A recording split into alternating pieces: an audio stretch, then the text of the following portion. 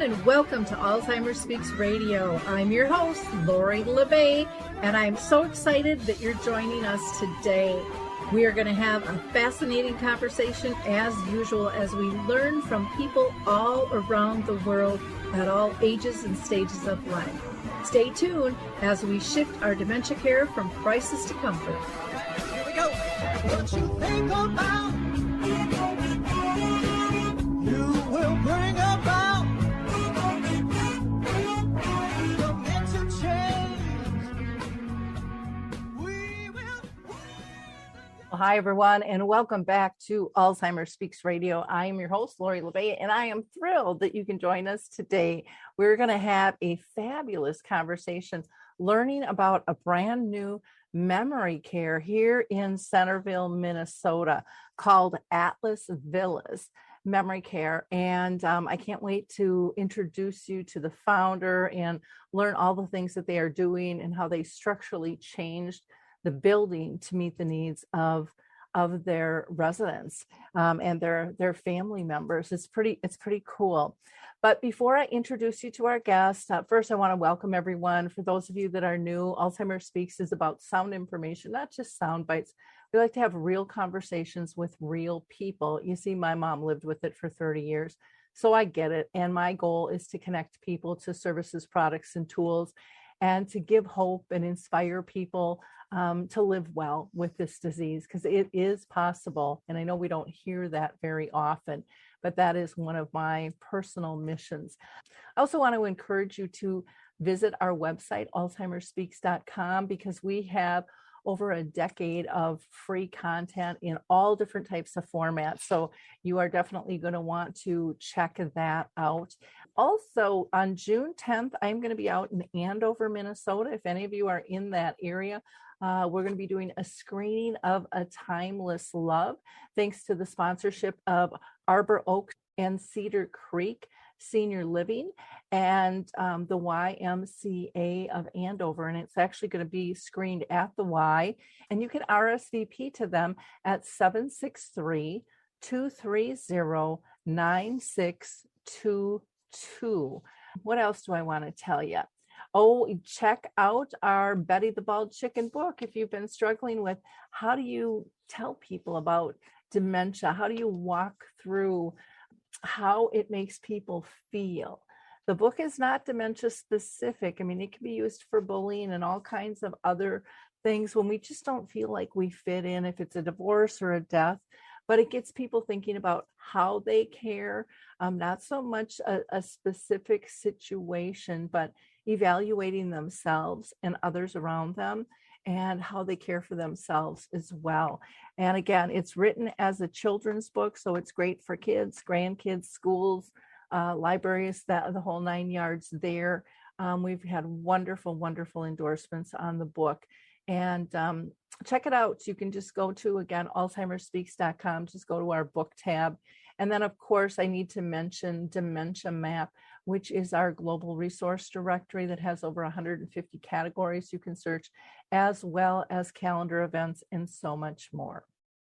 So let us hear from the Adaptive Equipment and Caregiving Corner, and we will be right back, and I'll introduce you to our guest. I love the footbar walker, and let me tell you why. It is the option for my toolbox that I've been waiting for.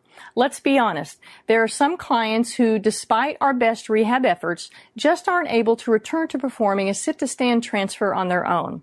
Now I can offer my caregivers an easier, safer option that doesn't involve hoisting their loved one up from a sitting position. I don't recommend this walker for all of my clients, but I do recommend this walker for those caregivers looking for an easier, safer option with transfers. I would also encourage other therapists to add this walker to their toolbox. It's kind of like having my own mobile parallel bars for the client to pull up on. Whether it's a family caregiver at home helping a loved one with Parkinson's or dementia, CNAs in a long-term care facility assisting their patients, or therapists adapting to client and caregiver-specific needs, we now have a very safe and effective option to offer in the footbar walker. Check this product out at thefootbarwalker.com. That's it for today from Adaptive Equipment and Caregiving Corner. Have a great day, and don't forget, if you can't do it, adapt it. Okay, it is time to introduce you to Amber Gonion. She is a wife, a mom of 5, a stepmom of 2, and she and her husband, Rick, are the proud owners of Atlas Villas Memory Care, again, here in Centerville, Minnesota. I actually got to go out and get a tour, and I was just fascinated by the design and what they've done. So, how did this happen to Amber and Rick? What pushed them, in this mode? Well, like most of us, they've been touched by dementia. Amber's grandparents, Jack and Colleen Long, both lived with dementia towards the end of their life. And they were kind of disappointed at what they saw out there. And so they did some research and decided to come up with some other alternatives in terms of how we care and, what a home looks like and why it should look that way. So we're going to learn about all these fascinating features. So let me pull Amber in. So Amber, I'm so excited to have you today with us. I always like to, before I start in kind of the line of questionings, ask people a little bit about their background in terms of dementia. I mentioned in the intro that your grandparents, both lived with dementia. And if you want to share a little bit about their story, or if there's any others in your family or circle of friends that have dealt with it. Sure. So both of my grandparents had dementia. My grandma initially, she was first diagnosed with it. And it was a case where my grandparents were farmers up in the Pine City area, so north of the Twin Cities. And I have a lot of very close-knit family that live near my grandparents. And they spent a lot of time with them. And they were kind of telling me that my grandparents were starting, or my grandma was starting to show signs of dementia. And I would come up and I was having these really amazing conversations with her. And it was about my childhood and her childhood and stuff like that. And I would say, what are you talking about? And it turns out that she did have dementia, but it was, her short-term memory was starting to go, and I just didn't realize it. So my grandma had vascular dementia, and I was extremely close to her, and both my grandparents were just an absolute godsend to our family. And my grandma, she ended up progressing fairly quickly, and my family kind of looked around at places that they were interested in maybe bringing her, and nothing was good enough for my grandparents, for my grandma. And so my family opted, initially she stayed in her home, and my family would care for her. We would take care of her round the clock, come in and help out with things. My grandpa, he was still okay at the time. And she ended up getting to the point where she moved in with my sister, who just lived right down the road from my grandparents' house. So, and then family would help as well at that time. But it was a struggle. And after she passed away, then my grandpa, he also ended up with dementia. His wasn't quite as significant as my grandma's, but it was a lot for my family to deal with. So they were really an inspiration in us actually building Atlas Villas Memory Care. Wow. Well, and it's common, more common than people realize when one person has it, and maybe when someone passes, the other one gets it. And Yep. you kind of wonder, is it the loss and the grief and the isolation, all of those things that really trigger that to amp up, because we know stress increases symptoms in people with dementia. That's really evident. And I'd love to see a study done on that for a little bit more detail, because it is, I think, very, very common. That would be really, really interesting. Yeah. My grandpa, he had just a brilliant mind. He actually didn't complete school. He dropped out of school when he was like, I think 14 years old, to help his family work, because he grew up, he was born in 1929. And he just had this amazing mind. I mean, I would talk to him about history subjects and stuff forever. So it was, he was able to maintain a lot of that until, the very end, he living into his 90s. So, wow. But yeah, I think it was difficult for him when my grandma passed away, for sure. Okay. Great. Well, let's talk a little bit about the story behind, Atlas Villas. You had mentioned that it was kind of triggered by your family's experience and stuff. So, I mean, it's a big step to say we're going to do this. I mean, this is not a little task by any stretch of the imagination. So, how did that all come into play for you?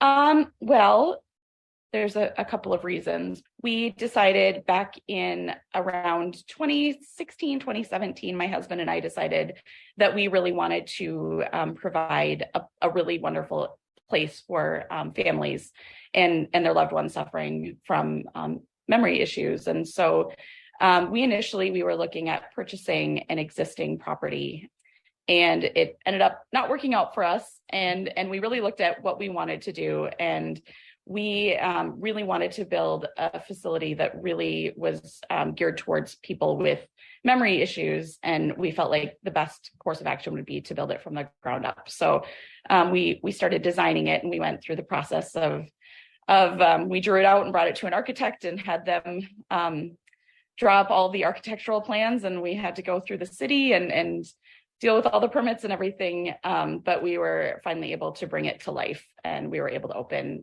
just this March. So. Well, and I love that you guys' background is property management and stuff too. Yeah. So it's not like you were totally fresh, I mean, you were fresh into the industry, but you still knew what a building needed, what it required, and the flow of things in terms of natural response. What did the rest of the family think about you guys, you and Rick, endeavoring into the deep dive of this? I think they thought we were a little crazy at first, but they've been very supportive. It's been pretty awesome. It's been particularly fun. We have 7 children between us, and so it's been really fun to bring the kids over during the building process and really see it come to life and have them they're actually pretty proud of us, which is pretty cool. So that's nice. Yeah. And regarding the building of this facility, I was actually just talking to our RN yesterday. Rick and I actually met back a long time ago. He and I were both in school for nursing, and we actually met in a school setting where we were doing a caregiving class together. So he ended up, he had a business prior to that, and he ended up keeping his business and not going into nursing, and I ended up in property management. But we do have that history together. So it was kind of funny to open this building, and it kind of felt like everything kind of came full circle for us. So wow, that is really interesting. Now, do your kids visit now with now that you've got residents in and things like that? Are they going to be in the community? Yep. We have a 7-year-old who loves to come over and visit with the residents. He was just here yesterday, and they absolutely love having him visit. And the older kids, we're still kind of figuring things out with regards to roles and everything, but we're going to find some sort of role for them to come over here. They're teenagers, so they can come over and do something for a little extra money over here as well. So. Oh, that's neat. There's, there are some organizations and stuff too that really are, for kids. There's kid caregivers. And there's puzzles to remember. If you ever want puzzles or something, they'll donate them and send them over. Okay. And then there's, this is more for kids, but you might run into families dealing with this too. Where a child has a parent with dementia, and a child is, I think, 30 and under is how they categorize that. But Lorenzo's house does a lot of online stuff. In fact, they have a big conference coming up this June, because it's an area that's really missed for kids to truly understand. Yes, I actually saw your the stuff that you've done on Lorenzo's house recently, and it's really interesting. It's a really great thing that's out there. So yeah, it's definitely it's been good, especially for my 7-year-old to come over, and he hasn't experienced anyone in his life with memory loss to the degree that some of our residents have. So it's been a good experience for him. Yeah, it can really be life-changing. Compassion and just that engagement. They just see things very different than what we see too, and that's good for everybody, I think. That. One of the things that I'm always curious about, because it seems like everyone who steps into this sees very specific things that are missing. the industry. Do you mind sharing what you saw, like when you were probably looking for your grandma for a place? What was missing? What did you want to do different? Well, one thing that we wanted to do different is there are a lot of facilities that have a combined assisted living and memory care. Mm-hmm. And we wanted to just focus on memory care for a number of reasons. I feel like you have the potential to do a much better job if you're just focusing on that need. So our building is entirely geared towards memory care. So with the exception of the office and the kitchen, the residents are able to go throughout our entire community and be safe. So it's a secured building, and we have an enclosed patio area, and we have a movie theater and just different things. And they're able to just wander around, and we know that they're safe where they go. We also, when we were hiring our caregivers, they're aware that they're coming in to work in memory care. A lot of places that have a combined assisted living and memory care, they'll hire people in the assisted living area, and then they have to go work in memory care, and might not really want to do it because they thought that they were going to be working in assisted living. So our caregivers are aware of what they're getting into when we hire them. And there are other things within our building, aside from it being secured. We have implemented things such as we have a curved sky ceiling, and we have lighting in the building that changes throughout the day. So we have a sunrise every morning, a sunset every evening. And we have before meals, we have a rain shower that takes place.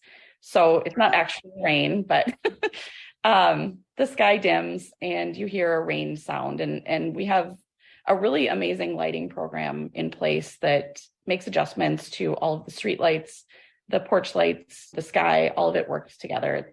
It's all integrated to work together to kind of portray the time of day, which is really, we've witnessed that it's very much helping with our residents with sundowners. Wow, that's fantastic. That was really impressive. I know walking into your community just looks so different just from the get-go. I mean, it's, from the outside, it looks like, a smaller community. And how many beds are you there again? Is it 16? 16. Yep. Okay. And so from the footprint outside, you kind of think, oh, it's going to look like something else. And you walk in and instantly you're like, wow, this is really, really different, and it's neat to learn and understand why you've made those changes and things. So I'm going to just take a quick break here real quick. Sure. I want our audience to know we're talking with Amber Gonion, and she is the owner of Atlas Villas Memory Care in Minnesota here. So make sure that you go and check them out at atlasvillamemorycare.com. And if you prefer to talk to them by phone, you can actually do that and not have to push 42 buttons, and go through the automated thing at 612-219-2111. And if you are hopping on right now, you're going to want to rewind and just kind of hear that history of, how things came to be. I think you'll find it really, really interesting. Now, Amber, you had mentioned, that your 7-year-old, comes up and kind of volunteers and hangs out, with the residents, and yep. And you're trying to kind of figure out a footprint for all the kids, to be part. Do you allow other outsiders to come in and volunteer? We actually do. One of our caregivers, she has a son with Down syndrome, and he enjoys coming in volunteering. I believe he comes in twice a week right now. He's actually here right now. And he does a really great job. So we love having volunteers come in. We have a couple of girls that are in high school that I was just talking with our activities director. He knows some families and their daughters are interested in volunteering and coming in on the weekends to help with activities. So after school's out, they're going to come in and start doing that as well this summer. So yeah, we definitely love having volunteers. Oh, neat. That's something I need to get more of with my business. I'd love to get kids involved, even just like with the editing of videos and just kind of pulling them into the conversation to be able to see different things. But I haven't reached out yet to the schools, and I need to do that before school ends. I probably will miss this opportunity, but it's awesome to get the youth involved. It definitely is fun. Well, and they're so smart, and they've got great ideas. You know, again, they look through things through a different window, and I think that's absolutely wonderful. Now, I want to ask you about, you know, memory care. You had mentioned you guys chose just to do memory care, so you can be really specific. Everybody's on the same page when it comes from training to know what the job is and who you're going to be involved with and things like that. Do you feel that there's more need for memory care these days than there has been in the past? Yes, absolutely. With the baby boomer generation getting older, that's one factor, and it's just more prevalent. It seems like everyone I talk to is touched in some way by someone with memory issues. It's very common. When we talked earlier about having other people, you know, in my life, my dad, all of his siblings have memory issues. They have dementia, and they're in their 70s. Wow. He has 3 siblings. And he hasn't shown any signs of it. He's the second oldest, but he's concerned about it, definitely. So, but yeah, there's a lot of people that I know that have people in their lives that are suffering from dementia and Alzheimer's. So, you know, it's interesting when you're talking about your dad's side. There's a lot of times, you know, the researchers will say, well, you know, hereditary, it really isn't that common. But when you actually talk with families, it's a lot more common. I think research hasn't caught up with a lot of these families. They weren't asking the right questions or haven't been to really gather that information. For sure. And oh, sorry. No, go ahead. I was just going to say with my dad, his parents passed away quite young. So I think that it would have been too early for them to have possibly, you know, shown the signs. So, but I agree. I think that they're not looking into the hereditary factor as much as they should be. Yeah. It's very interesting. What's when it comes to memory care, you know, there's all different types of kind of models and stuff out there. And like I said, you've chosen to really stand out and be different, which I think is a good thing. I think change is always good. I think people will be really, really impressed just taking a tour, and you have a video clip that people can watch as well. Yes. So Amber, one of the things that I want to mention to our audience is that we do have a link where you were interviewed, and people can actually, you know, get a virtual peek at how you're different on there. So I would really recommend people click through to that. It's something that we can't upload because it was, you know, through a news channel. I wanted to also ask you about why you decided to focus on creating the smaller model. You know, we see these big, humongous buildings all over the place. And like you said, you know, they have market rate, they have assisted living, you know, they have all these layers of care. And some of them are continuums of care, depending on how they're designed. Why did you decide just to do a smaller community? Well, first of all, we really wanted it to feel like the residents are at home. We don't want them to feel like they're in a hospital. We wanted it to feel like a residential community versus an institutional building. So that was one of the main reasons. But we've also found the care that they're receiving is so good.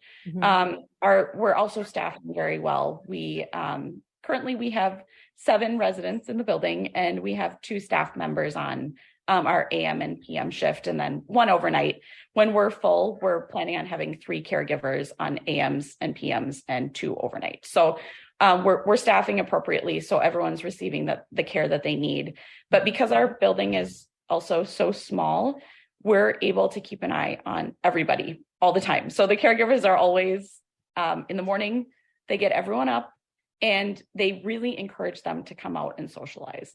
And we have a couple of recent people that moved in that aren't as keen on socializing, but they'll still come out and they'll give it a shot. And for the most part, our residents will be out in the common areas socializing for the vast majority of the day. And if someone, you know, has gone back to their room, the caregivers, it's small enough that they'll wonder, where did that person go? You know, is something going on with them? We really we really want people to receive the care that they deserve. And I feel like with the larger facilities, a lot of people end up falling through the cracks. Well, I think one of the things that's nice too with the smaller communities is you don't have this influx of so many different staff. I mean, you're actually able to build some relationships with people, which to me is massive, because then you get to the core of how are people feeling, you know. And like you said, there's some people that don't like to socialize, and they have that right too. And I think sometimes they get forced to be in an atmosphere they're just not comfortable with. And sometimes I think we have to train staff and families both on why that's okay. I mean, if they're in isolation and they're depressed, that's a whole different thing than if they're, just very content and this is, they like their quiet. But I love, every one of your rooms has this front porch, with it's like a park bench. And then you have, the clouds and stuff that you see in the ceiling, the curved ceiling and the lighting and stuff change. So you feel like you're kind of outside in a park, and there's kind of this mix of community, and you can sit and observe, I mean, that's one of my favorite things to do at the State Fair, sit on a bench and just watching the crowd, Exactly. Or if you're at a beach or wherever, I mean, just, it's okay, to observe. That doesn't mean that they're not engaged. They're just engaged at a different level. That's true. Yep. Everybody's different. And some people are more social butterflies and other people like to kind of, have time to recharge. And actually I'm very similar, that I love talking to people, but I need a little bit of downtime sometimes too. So, everybody's different. So we're trying to accommodate all different kinds of people that live here. So yeah. Well, and I'm like that too. I remember when I was younger, I would go up to the lake all by myself and for like a week, and people are like, well, bring your friends. And I'm like, I really don't want, I just want to go out on the boats and, fish and suntan and jump in and just be on my own schedule, because I was always really, really busy.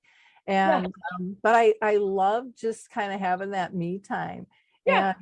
And really, it really energized me actually to kind of re-enter the craziness. And when I'd come back, if it was, if I was 16 or 30 or 50 or whatever age, that's always been really important to me. And I think that that's something that, we have to realize, would we want to be forced to have to do something if that really isn't our personality? And even like with the quality, assurance when they come in from the state and stuff, I mean, just documenting this is who the person is, we're honoring that, they are happy, they are content. And to me, those really need to be our priorities versus, how many activities did they attend and all of that kind of stuff, That's so true. Yep. It's very important. And we're really trying to customize the care for all the residents because they're all very different. So we want them all to have the best possible experience living here. Yeah. And they come, they'll engage at different modes. Some people kind of sit out and kind of observe to see if it's safe.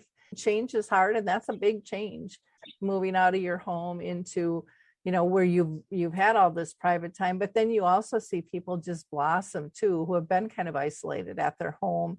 And they, I saw that when I was in real estate, where they would say, oh no, I'm fine. And then they didn't even realize how much they missed the socialization, because it was kind of a slow process.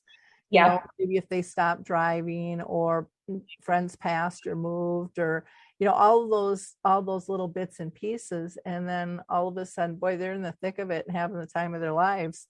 And so it's fun to see too. It is. It's been really fun. We've had a number of people that have actually been in the situation you described, where they were either living at home by themselves or they were in a facility where they were never leaving their rooms, unfortunately. And they've come here and they're thriving. They're doing really well. Oh, that's neat.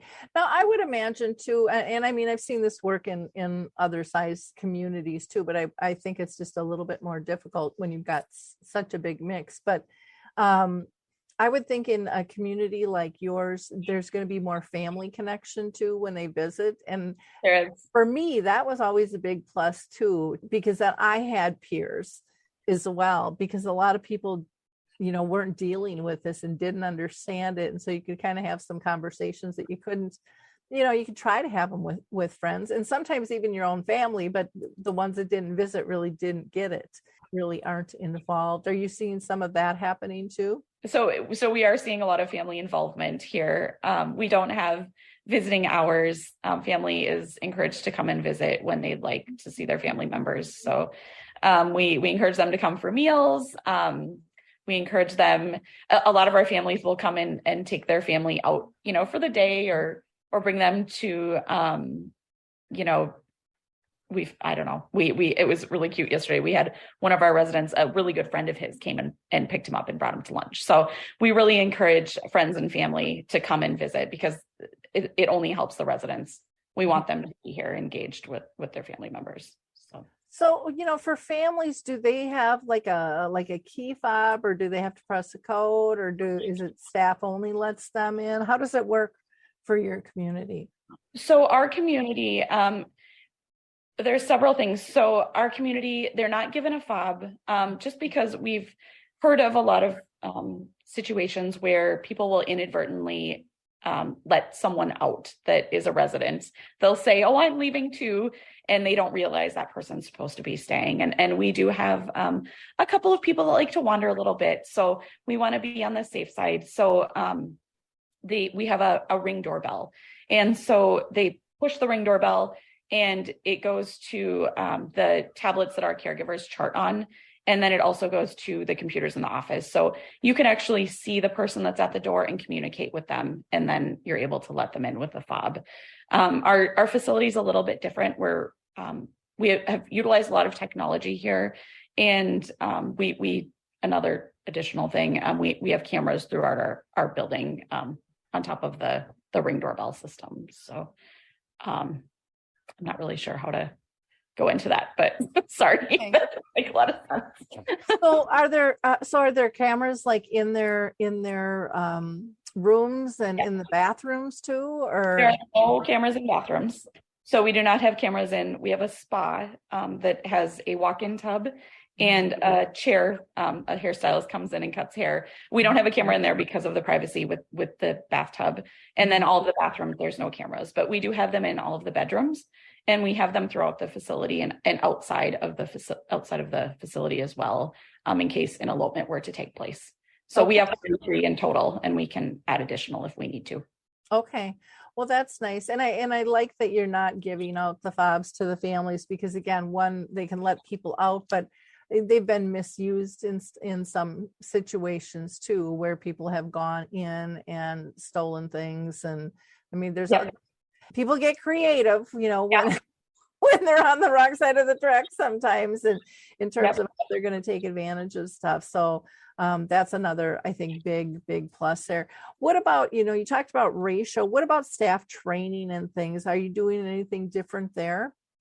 So with regards to training of incoming staff, we have 2 part-time RNs who work together very well. They're very experienced and very knowledgeable, and they work with the caregivers for several days to train them on how we do things, all of our policies and procedures, and they will train them on competencies and med administration and things like that. And then they'll work alongside our current caregivers for about a week to be able to shadow them and learn the ropes of our building and learn about the different residents. Okay. So what about families? Do you do anything to support them or do any training for them? We're in the process of implementing some training and support groups as well. We're going to be holding a family and resident council meeting on a monthly basis here so that families are able to get together and talk about things. There's another local assisted living memory care where I've spoken with them about possibly collaborating with them as well to hold like a joint family support group and maybe take turns hosting at our different buildings as well. Oh, nice. So, yeah. Well, that's good. I think collaborations are good. Now, the last question I want to ask you has to do with kind of the labeling of behaviors, Sure. which I mean, it's a term we all use, but I Yep. would love to see us kind of get rid of that term too, because it's such a negative one. It really is. Yeah. Because it really is, when they're acting out, it really is a clue or a reaction to tell us something's off, Yep. And Sure. so we use that term behavior, people literally, and some of our audience might not know this, but they get labeled and that kind of carries on from Yep. one place to another. So if someone is acting out, might be physical aggression or sexual, or they're verbal, it could be all kinds of different things. Yep. How do you guys handle, those situations, or do you feel they don't come up as much in a smaller community? They do come up, definitely. So with regards to with behaviors or acting out, our staff is really trained in redirecting the residents. So we try everything possible to redirect them. A lot of times it's just a frustration with their situation, and so we need to be very caring, and we need to be compassionate and understand that it's very scary for them and it can be hard. And one of the things that we really work on teaching our staff and even other residents, we have some residents that are more beginning stages of dementia and some that are a little bit further, and they'll kind of try and correct some of the residents if they may think that they're at work today, they're not living here, and they think they need to get to work, and some of our more beginning stages residents will try and correct them, and it really frustrates them. And so we kind of have to intervene and explain, no, it's okay, and you really have to step into their world, because it's very scary. And I can't imagine, how frightening it must be when people are going through these memory issues, because, your world is, you're very disoriented. And so we've really trained our staff to work with them and try and calm them and have them feel better. I know in some communities, if someone thinks that they have to go to work, like one gentleman worked maintenance, so they gave him a job every day to check the light bulbs and make sure nothing was burnt out, and his job then to report it to get changed. Or if somebody was a nurse, giving them a clipboard, to carry around. Yes, and we do that here. I can't, divulge too much about residents with privacy, but we do have someone who she worked in an office setting, and so we have come up with ideas so that she does feel like she's at work. So we can't just give her people's paperwork because of HIPAA. But we've created a system of basically false documents that don't actually exist for her to file and work with. So because work is a very important part of our lives, and it's an important part of their lives still.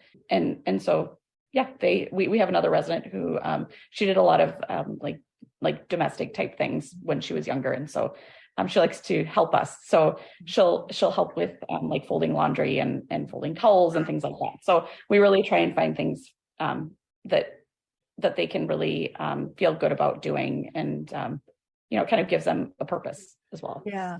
I've seen in some larger communities where they'll have like actual stations. So they'll have like a towel folding one. And then there's another one where they'll have a setup for a baby in a crib and take care of that, because some people, like to carry the baby dolls, and they're so real nowadays. It's just unbelievable. They are. I've seen sections for even hanging up clothes with the clothespins, which not too many people do anymore, but that was a thing that they did. And another station somebody did with it was really more for getting ready in the morning with a mirror and old brushes and combs. And I'm not quite sure how they did that hygiene wise, because that one I think you'd have to be a little more careful with and stuff. But there's all kinds of creative ways to be able to engage and give people purpose. And I know when my mom, she was in a nursing home,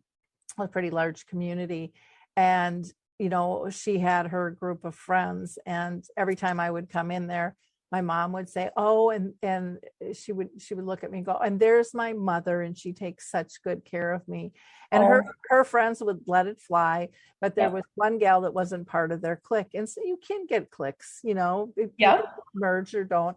And the one woman would go, Dorothy, that's not your mother. And she'd scream out at my mom. And my mom was in the stage where she knew she had dementia and she didn't really care. And she's like, I've got Alzheimer's. And then her whole group would just cackle and have fun. But that was just every single day, that it was just part of the process and stuff. And nobody was getting hurt by it. The one was frustrated, but yet she didn't want to be part of the group. Yeah. And it was almost like she was trying to break them apart. But I think she had denial, most likely, what she was dealing with. And, she was struggling to kind of reclaim, what her reality was. And it just didn't mesh all the time. And stuff. But it wasn't, it never got aggressive or anything like that. It was just one of those things that pass. And and we all have that in our world. If we've got dementia or not, we have to adjust it. You can't control everything. And I think that's something that family and staff and everybody have to understand. You can do the best you can do, but every situation is different. And every group of people is going to be different, again, dementia or not, with that. So it's social dynamics at play, and you're going to have it no matter where you are. And we've seen a little bit of that here as well. I think it's definitely easier to get a handle on when you have a smaller group of people, but we found ways to make it good for everybody. So. Now, you had mentioned, you've got the spa and kind of how that works, which is a beautiful setting. You want to tell people a little bit about your theater? Because I found that really interesting too, because a lot of times people will say a theater room and it'll have a screen that maybe rolls down, and some of the theaters just have a couple of TVs, posted too, but that's not what yours is. So I'm actually sitting in our theater room right now. We have, I cannot tell you, my husband would be able to tell you, I believe it's 4, I want to say 75-inch TVs that we've merged together. So we have one full picture. It truly looks like a movie theater in here. We have movie theater seating. So we have fully reclinable, very comfortable, like you see in like the updated movie theaters, with the tray for their popcorn and cup holders and backlighting and all of that stuff. And so it's a really comfortable movie theater. And so we show movies in here a couple of times a week at least, which has been really fun. But we also use it as what we call a virtual room. So when we don't have movies playing, we have a scene playing. We have 12 different scenes right now that we can choose from. So we've got a golf course, we've got Washington, D.C., we've got Paris, we've got, right now we have Hawaii, and then we have a tour of the Pearl Harbor as well. That's the scene that we have playing right now. So we have a bunch of different scenes. So when movies aren't playing, we have those scenes playing in here. So you can kind of come in here and get away for a little while. Maybe it's a place that someone's visited before or a place that they haven't been, but it's actually really fun just to come in. I'll come in here and just sit for a while and watch it. And we have scents that go with each scene as well. So we have a scent machine that releases the scents that I've paired with each scene. So we have like fresh cut grass for the golf scene. We've got a mountain air smell for downhill skiing. We have the actual scent from the Bellagio for the Las Vegas scene. So we really want, to have a really pull all of the senses when you're in this room with these scenes. So it's really fun.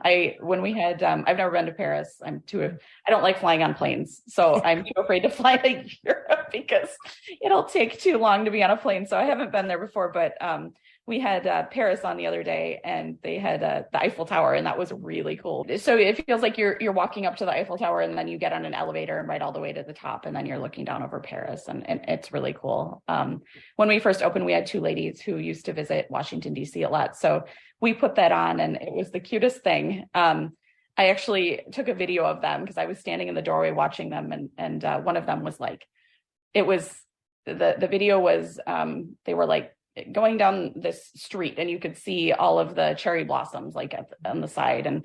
And she's like, I think I'm moving. I think I'm moving. Am I moving? I'm not moving. Am I moving? Because it's so realistic. I just loved it. I got such a kick out of it, but they really enjoyed it. So it's just a nice place to come and get away for a while. We have that. And then this room also is our storm shelter as well. So we wanted a place to bring everyone that would be safe. So we have really thick concrete walls and ceiling in this room. So if there was like a tornado or any kind of nasty storm, we'd be able to bring everybody in here and be safe. Which is really nice. People don't really think about that in a lot of the other communities. Yes. Where do people go? Now, even your kitchen design is very different. Thank you. Compared to most. I was like, oh, this is different. So, I mean, you guys have really put in a lot of thought in terms of what you've built, and your patio is absolutely gorgeous. Thank you. So, and that's all fenced in and enclosed. Now, can people go in and out on their own, or does that have to be monitored by staff?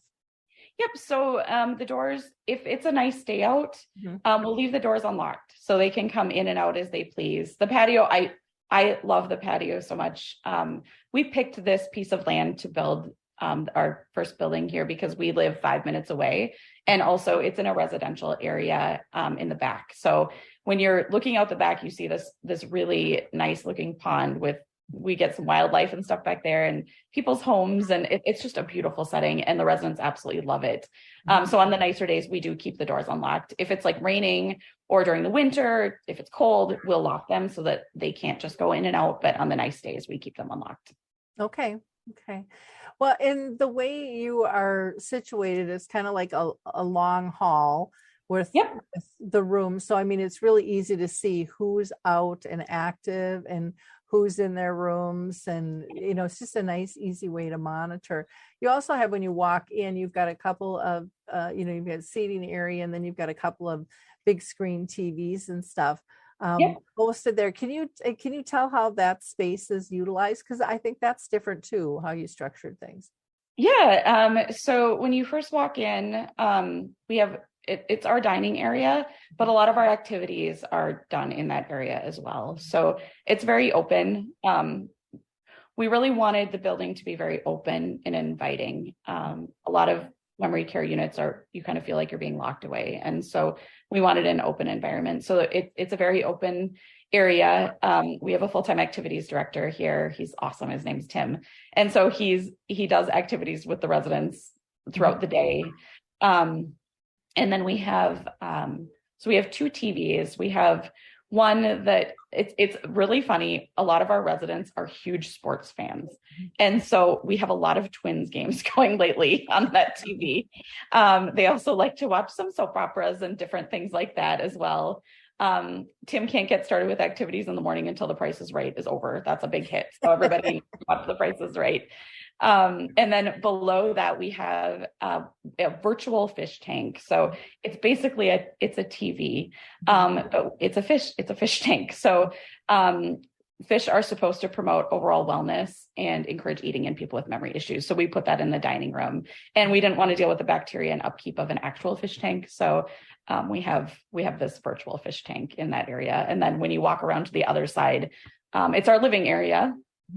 And people will spend a lot of time in there as well. And it's overlooking our patio. So there's a view of the pond from the living area as well. And there we have another TV, and then we have a virtual fireplace underneath that TV to avoid any burns or anything. So yeah, and that's a beautiful section too, and just a beautiful view. Really, really comfortable layout. You said you used a lot of technology. Do I remember when I was there, did I hear birds tweeting and stuff too? Okay. Yeah. We have birds. So it was kind of interesting. So we have morning birds and afternoon birds, and then overnight we have crickets. And then you hear the rain sound during those rain shower periods that I was talking about. But it was funny because one of our first residents, when she moved in, she could hear the birds, and she did think they were real, and she was very concerned that they were going to fly into her room. So we had to explain to her, no, it's okay.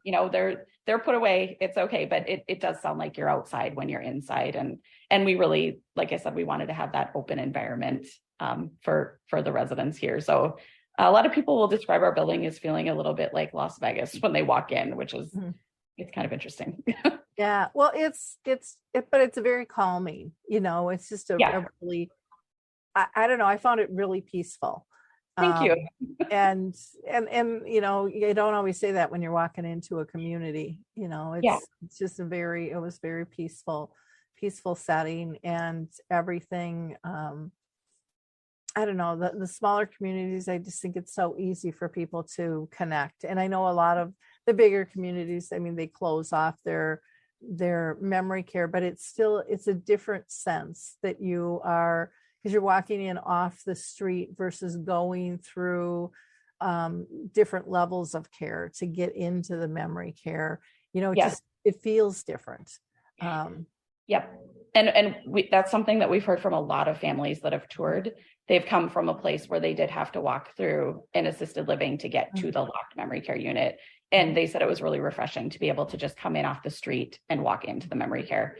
Because they felt like their family would be, in a sense, kind of locked away, in that unit beyond the assisted living. So. Unconsciously, it kind of forces family to physically walk through that loss again of this is where they were, or where they used to live, and now they're here.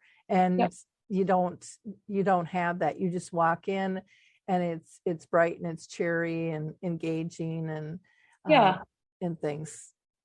It's one of those little things that can make a big difference. You don't even know it makes a big difference until you walk into a community like yours. Yeah, it's fun to see people's reaction. Like you were saying earlier, it looks just like a simple average building, and then when you open the door, it's something else, and it's really fun to see people's reactions when they walk in. So. Yeah, it kind of reminded me, and this is going to sound weird, but those greeting cards when you open them up and they pop up. That's kind of what it was like, because it was just something totally I wasn't expecting. Yeah. But it was just like, oh, this is cool. I can definitely see where the comparison would be there for sure. Yeah. Well, Amber, this has just been such a joy to talk to you. I'm so excited. I actually heard about your community through one of my members of my memory cafe, who said, wow. have you ever heard about this? And I'm like, no, I'm not aware of this one. And so then I called you right away, to do the tour. So I was so thrilled to get those connections and to be able to meet you and learn more about your community there. I'm hoping that our listeners will click, and share, and be a giver of hope. We need to share knowledge. It's nice that you're listening and you're watching and all of that, but other people need to know. Even other people, could be out of the country or whatever, but they're going to be inspired by this type of memory care and the thought that they've put into it and the difference it can make on other levels and stuff. So, none of us know when dementia is going to knock on our door, and maybe it'll never knock on our door, but chances are it's going to knock on a friend's door, and they're going to need the information. So we need to make this a comfortable access for people. And so it'll just take you seconds, to click, and share, put it out to your sphere. You'll probably be surprised of somebody who will react to it that you had no idea was dealing with this, because again, it's not something we openly talk about. And that's really difficult for families. So we just have to make it easier. So again, be a giver of hope, join the cause, make a difference. Big or small, it doesn't make any difference. And if you're interested in, having a tour, reach out to them at atlasvillasmemorycare.com. You can also find them on Facebook. They are located at 1825 Main Street, Centerville, Minnesota. And you're going to want to set up an appointment, not just come to the door, because there's a lot going on. So I would imagine you would prefer people making an appointment. Is that correct? Yeah, I like to provide the tours in person, and I'm not always at the building. We do live just a few minutes away. So if someone did show up, we can come over, but it's just nice to know in advance, because we do have a lot of stuff going on here, activities and things, and I like to be here. Sure. And then they can also call, which is 612-219 2111. So again, thank you so much, everyone. Appreciate you joining us today. And again, feel free to check out alzheimerspeaks.com. We have lots of free educational resources and more there. Thanks again, Amber. Thanks, Lori. Yep. Have a good week, everyone. Bye-bye. It's time to rethink, renew, and reimagine retirement. Hey everybody, Jared Sebesta here, host of Retire Repurposed. Now this podcast is about the non-financial parts of retirement, which many times can be even more challenging than the financial. We believe retirement is not the end, rather the beginning of what could be the most impactful, purposeful, and fulfilling season of a person's life. So don't retire, become repurposed. To listen now, search Retire Repurposed on your favorite podcast platform, Senior Resource, or Life Audio.